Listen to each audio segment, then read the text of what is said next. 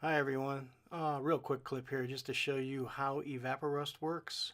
I picked this gallon up at Harbor Freight, but it's available in many places. I'm not sure if it's online, but it probably is. I don't know if I'd bother getting a gallon of this stuff shipped. It would probably cost a lot.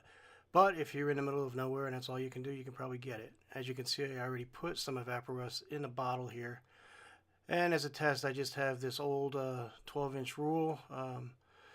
This side's not bad, as you can see, but the other side has some definite marks on it. So in the Evaporust it goes. I also have a set of sliding calipers sitting on the table there on the bench. Um, Actually, before we do the calipers, I'm going to top this off because the ruler's 12 inches and I didn't have 6 inches in there. This is the only bottle I had that I could put this in. So we'll do 6 inches and flip it. Now for the calipers. These things are rusted shut. This side is in pretty bad shape. I can't turn the screw. It won't slide, as you can see. Uh, you know, we're going to put it in. We're going to see what happens. Okay, I'm going to let this sit for about 2 or 3 hours and give it a check. I'll get back to you when we see what happens.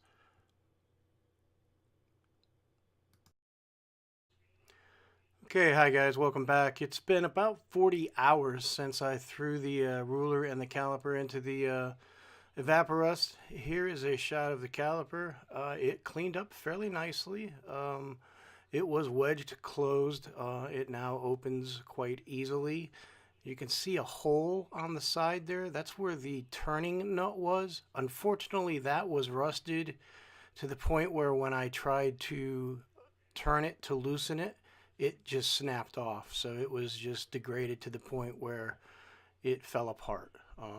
There's a little gunk inside the dovetail slide for this thing here that I cleaned up a little bit, but it looks really nice. It I'm going to take a ruler here and show you that it's still, you know, it still slides. It can still measure. It's still a usable tool. It just lost its ability to lock down on a certain area, which is unfortunate, but I will still make use of this. It's very readable. I didn't give a close-up of the etching, but it's a very readable tool. It cleaned up nicely. The ruler I just flipped, so honestly, this scrubbing I'm doing here is after only 15 minutes in the Evaporust. And these marks here aren't rust. These are like water marks, so they're cleaning up pretty quickly.